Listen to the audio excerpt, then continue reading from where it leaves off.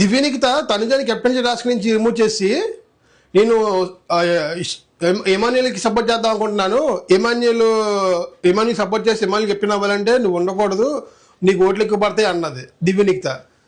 కానీ టాస్క్ పెడితే ఎమాన్యులే కదా స్ట్రాంగ్ ప్లేయర్, అప్పుడు ఎమాన్యులే కదా మన ఎమాన్యుల్కి ఆపోజిట్లో ఎవరైనా సరే ఎమాన్యుల్ గెలుస్తారు కదా. అప్పుడు దివ్యనికిత ఎందుకు తనుజాని తీయాలి? రీతిని తీసుకుని అవుతుంది కదా. రీతిని తీసుకుంటే దివ్యనికిత అటు తనుజాకి సపోర్ట్ వచ్చును, అటు ఎమాన్యుల్కి సపోర్ట్ వచ్చును, ఇద్దరికి సపోర్ట్ వచ్చింది కదా.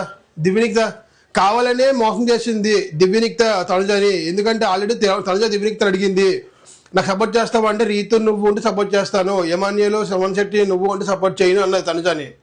కానీ ఇక్కడ రీతు ఉన్నా కానీ సపోర్ట్ చేయలేదు దివ్యనికిత తనుజకి. ఎందుకు సపోర్ట్ చేయలేదు? కావాలని తనకి ఆల్రెడీ తనుజ మీద కొంచెం కోపం ఉంది, ఆ కోపం ఇక్కడ చూపించిందని నాకు అనిపించింది. మీకు అనిపించింది కామెంట్ చేయండి.